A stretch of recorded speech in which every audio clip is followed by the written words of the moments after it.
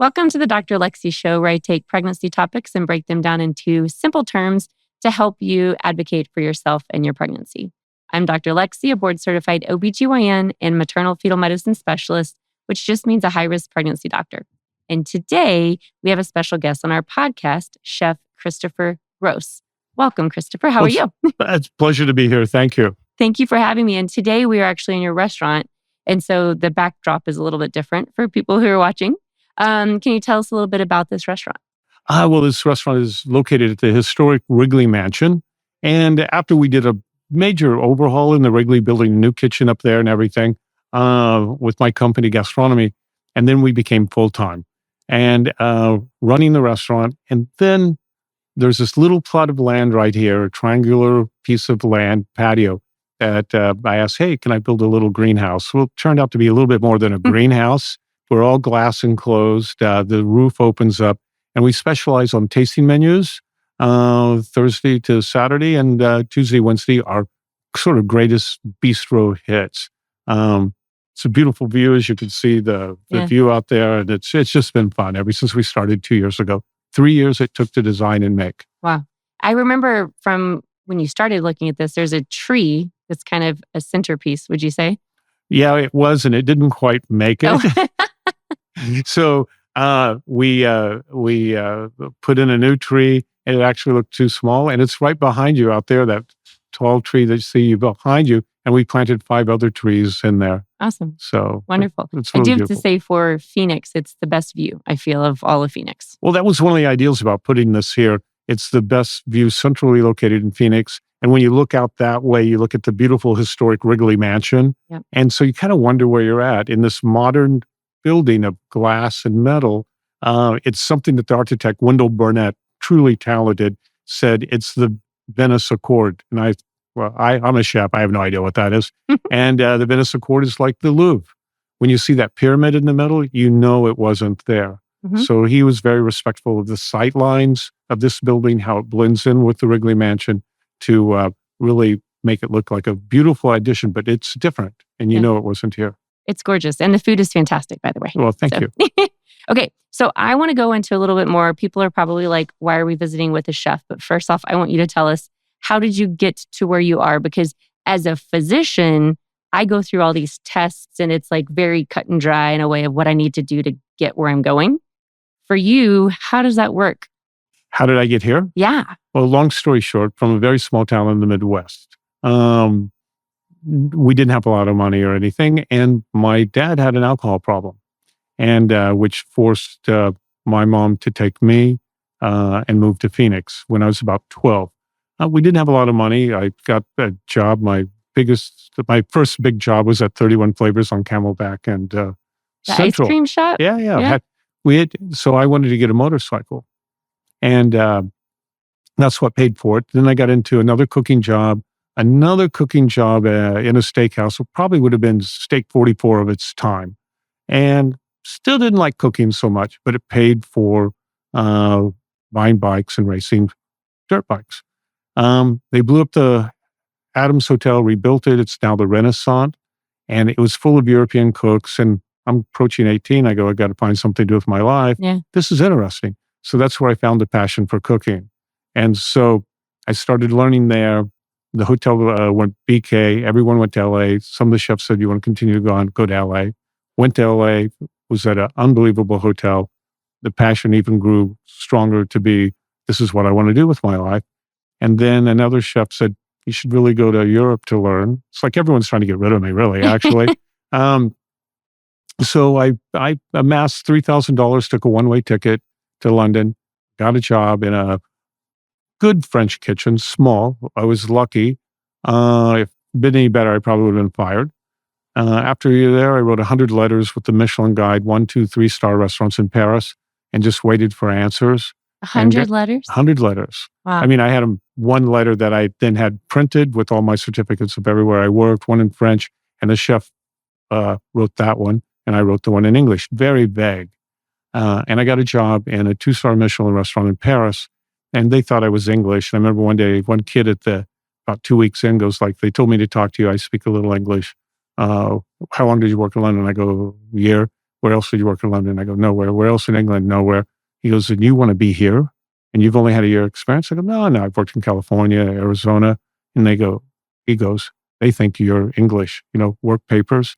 So they end up keeping me for over a year, but I would have to go run and hide, run out the back door, come back the next day for work inspectors, because they like to pay under the table. They really weren't looking for illegal aliens. Mm-hmm. And then from there, that same kid, cook, his dad was a pastry chef in Normandy. So I went to work there for about 6 months, returned to US, Boulangerie, which was an unbelievable restaurant for me. Worked there for about a year and a half, pastry, another place, then came back to Phoenix. And that's where it all started. I love it. With the Christopher's and Christopher's Bistro and all that. Yeah. Okay. So how long have you been a chef then, I guess, if you could say? A chef is actually running a restaurant, probably 1985-ish, where I was actually the chef, running the place, responsible for everything on the menu and everything. Okay. And when you mention Michelin star restaurants, what does that mean? So someone watching who's like, might know what it means? Well, Michelin's kind of originally started as a tire manufacturer. They are a tire manufacturer. And then back in the early 1900s, they wanted to give their drivers the best places to go eat. So if you're passing through a town, this is a great restaurant they recommend. And this is a better restaurant they recommend, 1 star. Then if it's a restaurant that's elevated above that, it's worth a journey, 2 stars. If it's a restaurant that is one of the best in France, 3 stars. Very few of those. So they've since expanded into the world. Mm-hmm. There's Michelin in California, New York, Florida just recently, not here in Arizona. Used to be in Vegas. They didn't sell enough books, so they pulled out of Vegas. And it really is a good rating. Mm-hmm. It's more so in France. So like in France, there's only one restaurant that I know of that's a bistro. Bistro is a simple restaurant. Brasserie is a bigger restaurant, specializing in seafood, the seafood towers and stuff like that. And then there's the fine dining restaurant. And there's only one Michelin restaurant that has a star. That's a bistro in Paris called Benoit. And but it's a famous chef, Alain Ducasse, and he sort of elevated a little bit. I did not know that about Michelin stars. Yeah. So what is the highest level? Three Michelin stars. Okay. And then the controversy over 3 Michelin star restaurants is they're so hard to make money in because everything really has to be perfect. Mm-hmm. There can't be a smudge on the plate, the service, the wine list, everything. And it's so expensive to run. But then the chefs do bistros, other concepts, consulting, do restaurants all over the world that are simpler. Mm-hmm. And that's how they really make their funding. Generally, a 3-star restaurant is really hard to make a lot of money. The chefs are usually consulting and getting contracts for other things. So who gets the star, the restaurant or the chef? That depends. It can be either? It could be. So if it's, let's say, a family, a couple, an individual mm-hmm. that has created this Michelin-starred restaurant and hires chefs, and they keep the star, they sometimes, if that chef leaves, they might lose the star and they might get it back. Now, if it's a chef-driven restaurant, like the most famous, he's passed away, Paul Bocuse. Mm-hmm. And then there's Alain Ducasse, who is still with us, and Joel Robuchon, who's not. If one of them left the restaurant, they would lose the star. Yeah. Paul Bocuse, after he passed away, the 3-star Michelin restaurant for decades and decades, the chef, most well-known chef in the world, when he passed away, they deducted 1 star away. They'll probably get their 3rd star back. Interesting. So. Okay. I did not know that. All right. So now we get to jump into some pregnancy stuff. Okay. Now, I've been coming to your restaurant for years, over 10 years, I would say. Yeah, I would say so. Yeah. Not necessarily this one because you were at a different location. Your first time was your birthday. My first time was my birthday. That's correct. And back then I was a resident, but I've always been a physician since I've known you in the field of women's healthcare. And I started thinking, I think I stopped by here one day after doing one of my podcasts and I was like chatting with you and I was like, we need to get you on the podcast. Yeah. And I think the question in between us was, well, what are we going to talk about? Yes. Because it's pregnancy. But we're not delivering at the table. No. Food, yes. Yeah. But we're not doing nothing like that.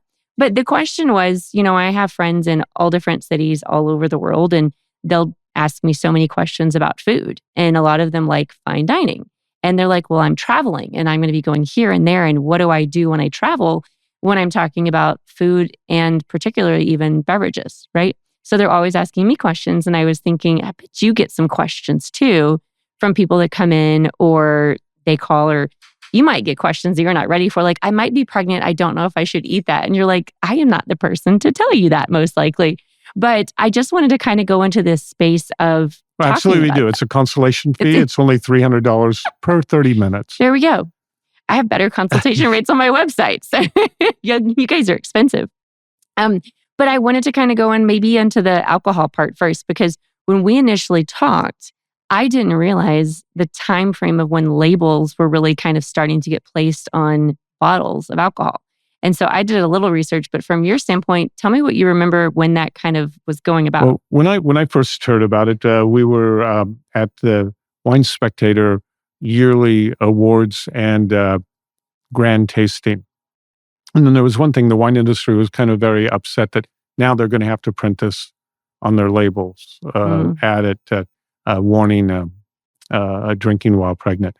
And they were kind of upset about it. The wine industry was, I think. And they said, there's more, very sad, there's more children that pass away in drownings than alcohol syndrome. And then the ones that have a problem with alcohol, the newborns, these were chronic alcoholics, not the one a day glass of wine or something like that. So I think they were a little upset that the wine industry had to label that.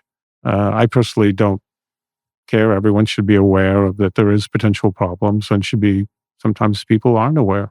Yeah. So that was the timing of it's probably somewhere late 70s, early 80s. Well, my awareness was probably like 1991. 91. That's when I started going yearly to the Grand Awards with the Wine Spectator. Okay. So the first information that I could find, because this was a little before my time. So I was born in 1980. So, but when I started looking back too, I thought it was in the 90s. Oh, thank you. You're so kind. Welcome. You're so kind. The information I could find where research actually started was right from 71 to 77, when they actually started putting money toward and looking into, hey, do we see a link, and what is it that alcohol use in pregnancy could lead toward? And then the Surgeon General came out with the first kind of advisory announcement, in 1981. And it was more like, hey, we have some information now. You should decrease the amount of alcohol you drink when pregnant. It didn't say stop. From information I could read, it's kind of like, we see some linkage between some concerns, maybe just back off some. And then in 2005, a new Surgeon General advisory statement came out that was like, no amount of alcohol that we know of is safe to drink. So really, since basically the 70s until now, we've continued with this research. And it's difficult to study because, number one, you can't put pregnant individuals into a randomized controlled trial and say, okay, I have 100 pregnant women. Half of you drink as much alcohol as you want and half of you don't drink any alcohol. Like, that's unethical. You can't really do that. So we have a lot of retrospective trials, and some that they say are prospective, but it's like you or me, how much did you have to drink in the last 4 months? That's a hard thing to quantify, right? And even if you do, say you said 5 drinks and I said 5, yours could have been scotch. And mine could have been a tequila soda with like a splash of tequila and a lot of soda. And so or a nice German wine that's very low in alcohol. Or that, exactly. Because not all alcoholic drinks are created equal. Then we get to the point of your body weight is higher than mine, not by a ton, but also you have more water in your body. And so then we would process the alcohol differently. So there's all these different variables in it, right? So I just find it all fascinating. So then the question comes into, when you have someone that comes into the restaurant, you take reservations ahead of time. Yes, we do. Okay. So have you ever had instances where people tell you before they come in, hey, I'm all pregnant? All the time. Yeah. And it'll be, generally it's no cheese, nothing undercooked, no seafood. And not that we have it, but they might mention like pates, sausages, for fear of listeria. The cheeses are generally, because even though they're pasteurized, there's still a little bit of live culture going on, like a yogurt. We generally just follow that rule. We don't go out and tell them, well, if you have a cheese that's over 60 days old, everything's dead in it, and it would probably be safe to eat, but that's not pro. So we just do exactly what they tell us to do. Yeah. Overcook the meat a little bit. They say they want something like medium well or well done. No cheeses. We substitute something. We might make a mocktail for them, some kind of fruit juice drink or something that's interesting without alcohol. Yeah. And I was looking into, I think part of this whole podcast is expanding our knowledge, right? Like trying to know a little bit more about it. So we've talked to them about the laws that we know and the studies that have been done. But as far as laws that I can find surrounding serving people in a restaurant, there aren't even extra laws on top of that for serving a pregnant individual. It's just kind of like cigarettes. Like you can't not, sorry, that's a double negative. That sounds funny. You can't be in a store that sells tobacco products and have a pregnant person come in and decline selling them that product. That's true to my best of my knowledge, yes. Yeah. And I mean, there might be signs on the packages, right? Yeah. Especially in Europe. Yeah. So that was going to take me into like a little tangent on that. I traveled recently to Anguilla, and they had at the bar area at the hotel a little bitty clear package region where you could buy cigarettes or cigars, things like that. The package wording on the outside for the damages caused to anyone from tobacco were aggressive. And in the US, it's not the same. No. So when you travel more, what do you kind of see with that? Especially all over Europe, there's a little card placed inside the cellophane. So you see it, and it'll be lots of different pictures of someone's mouth rotted out with cancer. I mean, really horrible. Yeah. So not just words, but like pictures. If you're smoking and you look at that picture, that could be me. Maybe I put it down. Yeah. And they don't really do that with alcohol here in the States. I mean, the tobacco has the warnings, but no photos that I'm aware of. For alcohol, it's always listed there. Yeah. I feel like in restrooms, a lot of times in women's restrooms, they'll have signs. Well, you have to have a placard saying a warning. For in a restroom? Or no, in the restaurant behind the bar. Oh, okay. I did not know that. Warning, alcohol, could blah, blah, blah, blah. Okay. So fun fact too, about 50% of pregnancies are unintended, meaning like not planned. And then when people kind of find out they're pregnant, they have kind of said about 50% of people are still drinking, even though they're maybe trying to get pregnant, maybe not trying to get pregnant. And then when they find out they're pregnant, about 30% are drinking, and not all of them stop drinking. And, I think that part of that goes into what are we doing to announce it and to say if it's bad or what it causes and things like that. And part of this too is people think that fetal alcohol syndrome is the only thing that alcohol use can cause. Yeah. And they think, if I'm not drinking really heavily all the time, it doesn't affect me. They give a rate in the United States. The data I could see was from 2018. That fetal alcohol syndrome, which is the most affected kind of thing. So you have visual changes or physical changes of a baby that's born, neurological issues and growth issues. That's technically the big affected fetal alcohol syndrome. That only kind of affects up to about 2 out of 1,000 births in the United States. However, for every one baby that's born with fetal alcohol syndrome, about 4 are born with fetal alcohol spectrum disorder, which means you don't have all the bad things together, but you have bits and pieces of it. Typically always the neurological issues or poor brain development, lower IQ, things like that, not meeting milestones. So that gets you to about 2 to 5% of babies born in the US right now. That's incredible. Yeah, have some type of spectrum disorder from alcohol because people were drinking and didn't know they were pregnant, or they decided to still drink here and there, or they binge drank. I'm thinking nothing's going to happen to me. This is true. You will not be getting pregnant anytime soon. No, I mean, no, of course. I hope not. That this isn't going to happen to my baby. Oh, right. That's true. I can have 1 or 2 drinks. Yeah. It doesn't happen to everybody. It's not happening to me. I think it's like when we were talking about smoking. If you took one cigarette and you instantly died of cancer, I don't think too many people would smoke.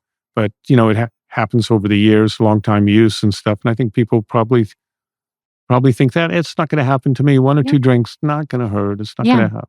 And that's the part that is interesting is that there is it's a duration, some people feel, right? It's a quantity, it's a quality, like how much is actually there. And then there's a genetic component that we're starting to learn more about too. In the last 5 years, they're looking at twins that were either identical or not identical, and how they were affected by literally the same amount of alcohol that was ingested by the pregnant individual. And they can have different outcomes. Wow. And it's fascinating because the more different they are. So if it was a brother and sister, but not twins, they would have differing effects than those who were twins. So the less genetically the same you are, the more difference you had in how the effects were shown. Just kind of fascinating. It's like some people get one drink will give them a buzz, and then you can see some people that are perfectly seem to be anyway after a couple of drinks. Yep. Hydration, weight, the enzyme, like how well it works in your body, those always make a big difference. The alcohol that a pregnant woman drinks takes about 2 hours, and then it gets to the same level in the fetus that it was in the mom. It takes about 2 hours because it readily crosses the placenta. And some people think, I've heard people say, if I drink alcohol, I absorb it, but it doesn't get to my baby. So that's something to think about. So when you have people in your restaurant pregnant, and they obviously don't want to have any alcohol, one of my questions would be, well, what if you cook with alcohol? There's two parts of using alcohol in cooking. So let's say, could braise something or roast something with, some red wine, white wine. Generally, the alcohol is all cooked out. It burns out. Alcohol at a certain temperature just vaporizes. There might be a small residue left, but depending on how long you cook something. When we make like a red wine sauce, we reduce it down to like almost nothing. And then we build up the sauce. Now, there's also sauces that are used, alcohol's used in finishing. So that's like you're going to have a lobster. Everyone knows what a lobster bisque is or whatever, lobster cream soup. Some people will finish it with a little brandy or sherry. So there you have some alcohol, a minute amount. I don't know how bad that is, but if you're going on zero, there is some in it. Yeah. I think that just kind of opens up to just like asking when you go to a restaurant, like, hey, can you just not cook with alcohol for my meal? And it probably would be fine. Well, absolutely. I mean, in a restaurant, for you guys, it would be fine, right? Like you could we make figure something everything else to out. order, and hospitality is giving you what you want, and it's never a demand like, oh, you want me to do this? Oh, no, we're happy to take care of everything. We want you to come back, be happy, enjoy the ambiance and everything that we do here. Yeah. Okay. So, can you think of any stories that you've had where someone pregnant has come in and eaten something, not eaten something, or worried about anything? And you, by the way, do a lot of fun cooking. You're not just like, I don't know how to explain this to people listening or watching. It's not just like you have a grill. Like you have all this really cool stuff in your kitchen. And we probably have some medical equipment you have in your thing. You have the, what is that thing? The big we have tank? A medical centrifuge. So we have that too. That's right. We culture cream from a local dairy. Hasn't been pasteurized, and we put it through a culture, and then there's two ways to do it, but we'll centrifuge the cream, which turns it to butter. The whey goes down at the end, and then we have an ultrasonic homogenizer, which looks like a computer on the side, and it looks like a milkshake thing, but with a metal bar that goes into it. And when you put something, it vibrates at such a high frequency. It actually, if you threw like parsley and oil, the oil would get green. We have a vacuum distiller, kind of like a still, only it's under a vacuum. So we use something the general manager, Tara, came up with. We were doing a rosemary infusion. So we'll take red wine, for example, and we will put it in this vacuum container that brings it up to 100 degrees Fahrenheit, which it boils under a vacuum. It's like it's 200 degrees. It boils, creates steam, which alcohol evaporates at a lower temperature than water. So that comes up through the tubes, gets cooled, and we receive it. It's under a vacuum, about 140 proof alcohol. That we take out and we put it back into where it was, removing the red wine essence to make a sauce, now with no alcohol. And then we throw creosol in it that's been frozen. That the creosol being frozen breaks the molecular structure and allows more of those oils and scent to come out. And then we mix that with the alcohol, re-vacuum, and we put it in a little atomizer and we spray your napkin. so it smells like rain, or the oshibori we give to Oh you when my you come in. gosh. So it gives the smell of rain. And, we're in the desert, there's creosote everywhere. And then we'll use it for essence to make different kinds of flavors for cocktails. We could just use water and basil, for example, and make an essence of basil and spray over the glass to give that scent of basil.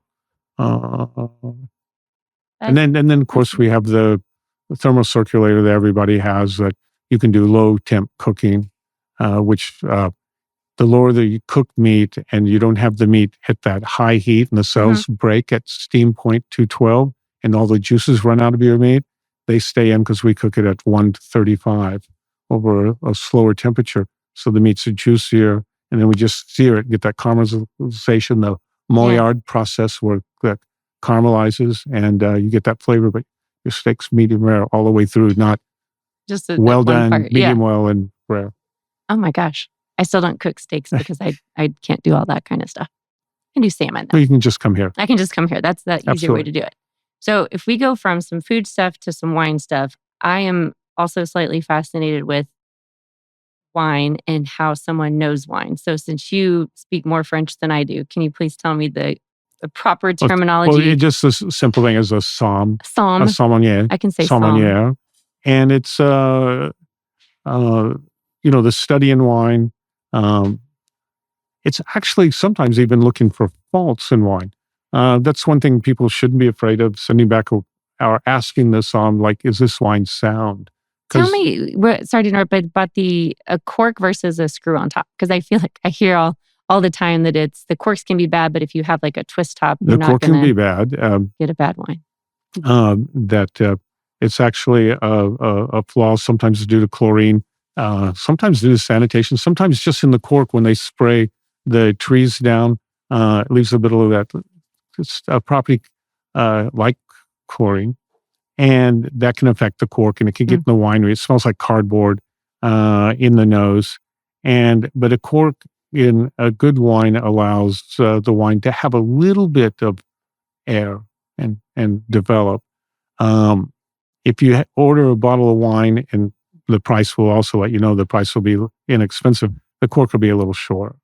Or it could be a synthetic cork. Okay. And synthetic corks have a problem too. They don't always breathe, and they don't have that. And so the wine will be a little reductive, the lack of oxygen in the wine, because it does need a little. It's also the danger of oxygen to wine. So a screw cap, it's completely airtight.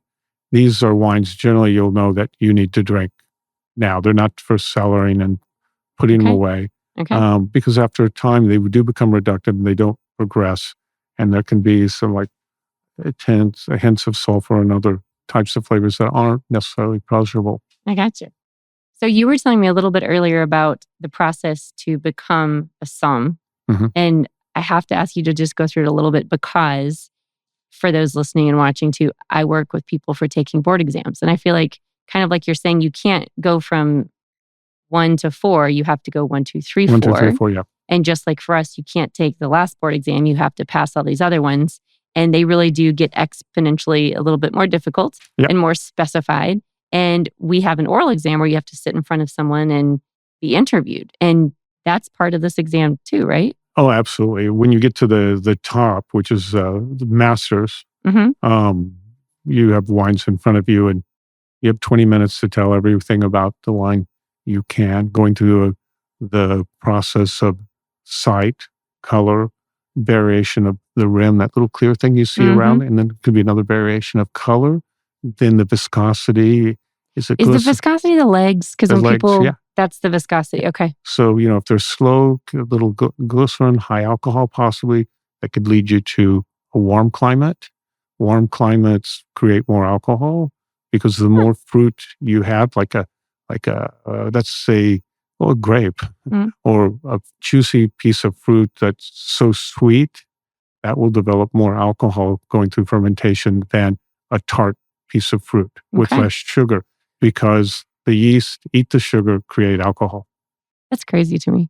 Now, what about, so speaking of wine, they do have non-alcoholic wines. Yes, I wonder, they should make a somm program for people for non-alcoholic wines. I mean, why not? Uh, Could it be the same? Would it have to be different? I guess you well, I don't think get they the. produce some very palatable ones. It's Um, a very nice way to the say that. problem with, restaurants are a business. Yeah. And I actually did a little research on it, thinking like, and there is in cans, one use units. So, but there's a lot of wine that's been de-alcoholized, the alcohol removed from it, or some juice has been made to taste like wine. I don't know that process, but they're always in 750 ml bottles usually. I think the industry could do a better job of producing single bottles of it, because once you have one person order that, you pop it, and it kind of follows some of the same rules as regular wine. The longer it's open, it degrades, it starts to taste funny, it's no good. So in the business side of it, like to buy a $15-$20 bottle of non-alcoholic wine and only serve one portion and you're throwing it out after a week or so, Yeah. it's not very profitable. There are some, when I did some research, there are some small unit cans, but they don't always taste as well. Yeah. So I saw that Katy Perry, I think, has her own non-alcoholic wine, something recently, and a few other ones. I can't figure out, and the range is different. The amount of sugar in them, I would think, still has to be relatively high. In general, like, wouldn't you say, or no, to give it a good taste or something? No, I don't know. it's not necessarily sugar. I mean, wine should have a balance of, fruit. And when I say fruit, I'm not talking about sugar, acidity. A lot of people make the wrong term that, I don't want a wine too sweet. This is too fruity, but it could be 100% dry. You don't have a taste perception until after 3% of sugar. Because fruity doesn't mean sweet. I think fruit means you're tasting strawberries, the smell of strawberries, or black cherries, or dark fruit, or pears, but not sweet. You're smelling fresh fruit. I see. It doesn't have to have sugar in it. There's lots of wines that, the American palate is sweet. So one of the wines that was one of the most famous Chardonnays, and not a cheap wine, not in a box, not Freshenet or even Yellowtail. It was Kendall Jackson Chardonnay, and it had one of the highest percentage of residual sugar that was over maybe that 3%. Oh. That everyone loved, that little bit of sweetness in the wine. Americans loved it, American right? taste. Yeah. It's like there's some pizza chains that there's sugar in the dough, and for a large section of the American public, flavor, that's why they like that pizza. It's a little sweet. When McDonald's puts sugar on their French fries. Yeah. And that was when I learned that. I was like, well, that makes sense too. I think people have that hankering for it, right?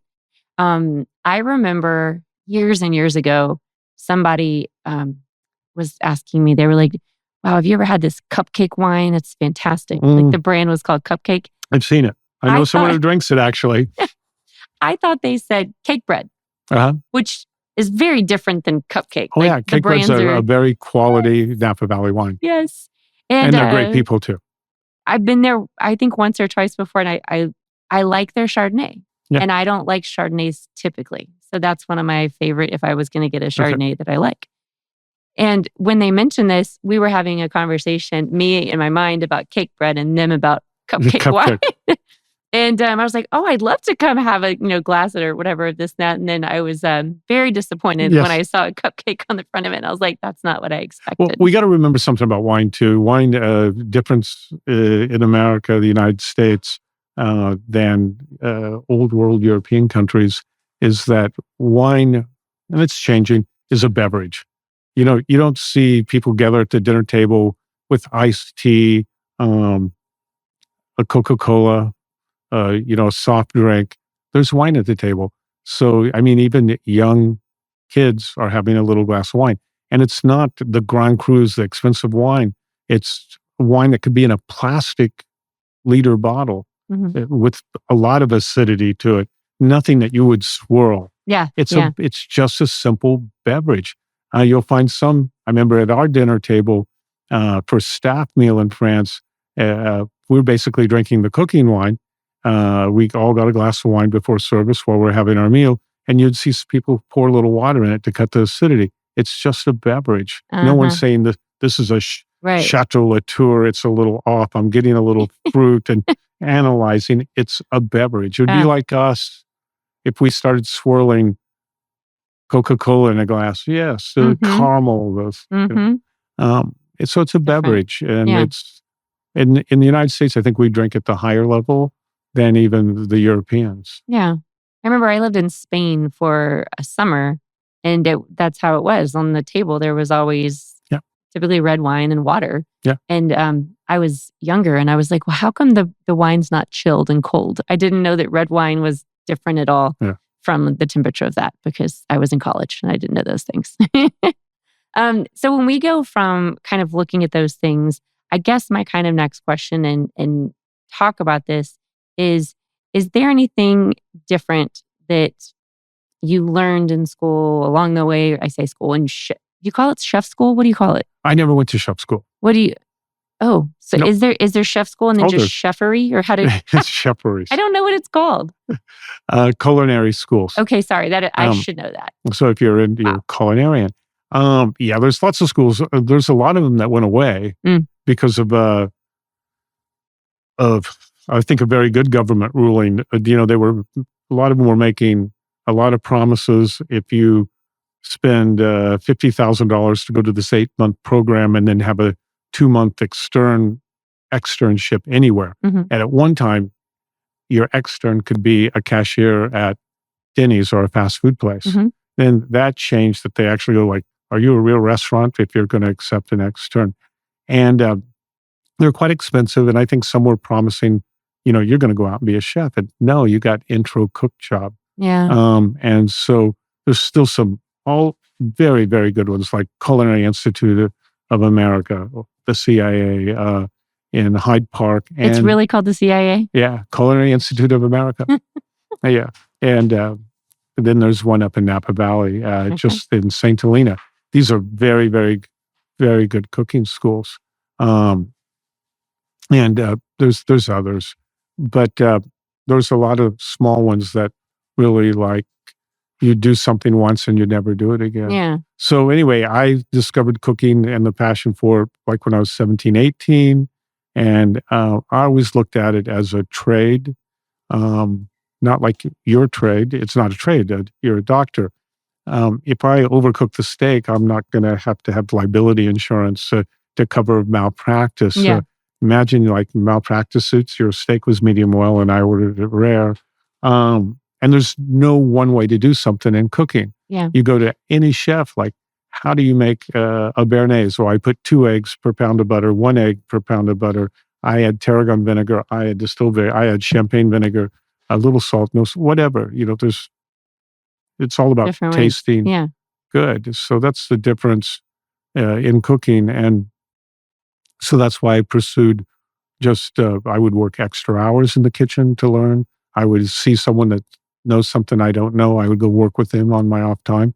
And that's why I pursued going to London, Paris. And then I was lucky enough running a restaurant out in North Scottsdale back in the 70s. Really? I didn't know that. And it was a lost leader for a land developer. He wanted a great restaurant because he owned 100,000 acres and was selling homes and developments. And he just wanted a great restaurant up there in Pinnacle Peak. And so we were closed 3 months out of the year because it was just dead. Yeah. And I got paid all the way through it, and a little stipend to go to France and work for a month in various different restaurants, an stagiaire to observe and work. And so, I did that for 6 years to continue to learn, because it is a trade. Oh, that's where I was going. A famous chef, Andre Saltner, he had a restaurant called Lutèce in New York, the top restaurant in New York decades ago. And he was given a commencement at a cooking school for the young graduates. And he goes, "You're not an artist. An artist wakes up in the morning, pulls the window shade up and looks outside and it's cold and dreary out and decides, I'm not going to paint today. I'm going to stay in bed." A chef pulls up and sees the dreary day and realizes he's got 20 people waiting in the kitchen, 10 in the dining room, and 100 customers waiting to see him or her, and he has to go in. So difference than being an artist and Interesting. a chef. We do make art, Yeah. but we have to do it every day, day in and out. And we're performing customer by customer, plate by plate. Yeah.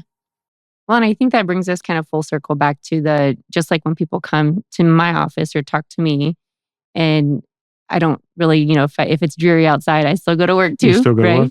But I always invite questions from my patients. And I think that's something I wanted people to kind of hear from you too, is you welcome questions from your patrons that are coming Absolutely. in, letting you know, like, I have an allergy or I'm pregnant or whatever, so that you can make their experience healthy, but also just like enjoyable. Well, it's hospitality. We're here for one reason.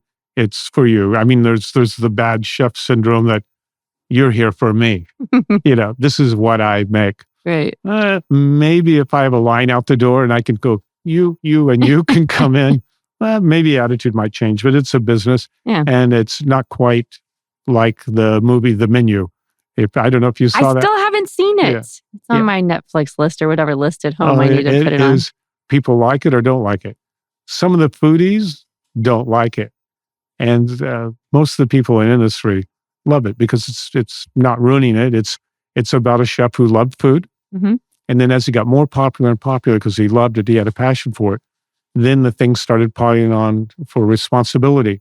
The food critics, do they like me? Do they not like me? The competition, someone open up, I got to strive harder. And now you're working to keep a position and deal with the people that say just a little bit too much salt, just a little bit too much that.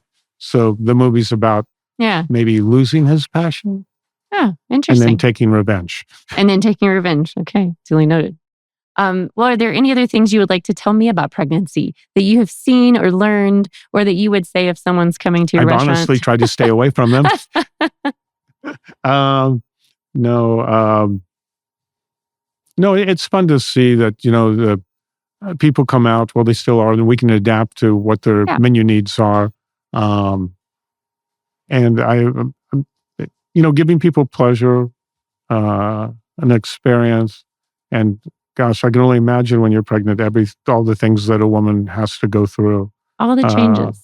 And to, give an hour or two of maybe just being maybe a regular person and, just putting it a little to the side and enjoying yourself. And I think that's what certain restaurants are really good at doing, is that you can have a mocktail. You can still, enjoy something that is different than water because you're drinking a lot of water when you're pregnant, right? So getting something that's citrusy and really exciting your palate, but not having to be worried about the alcohol content, and that you can still have a nice drink. It doesn't have to have alcohol in it. Yeah, I mean that's the culture we got into, that you have to drink. You don't have to drink.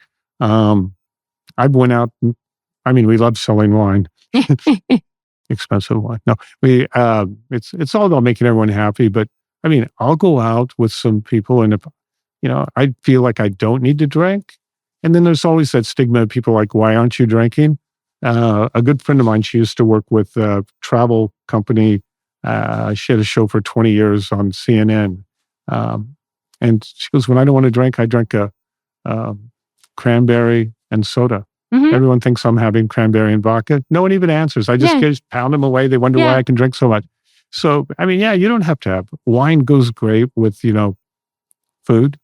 It's just a double experience. Like here at the restaurant, we try to teach the whole crew, the kitchen, everyone about wine, because especially the young chefs, they're making food that does match with wine. And we want them to understand the components and what that's all about. Yeah, I love it. Well, thank you for being a guest today. Oh, thank you. Yeah, absolutely. It was a pleasure. Thank you for having me. I'm flattered. Well, and we have so many opportunities for y'all to go to the website and take a look at items that we actually discussed today with Chef Christopher.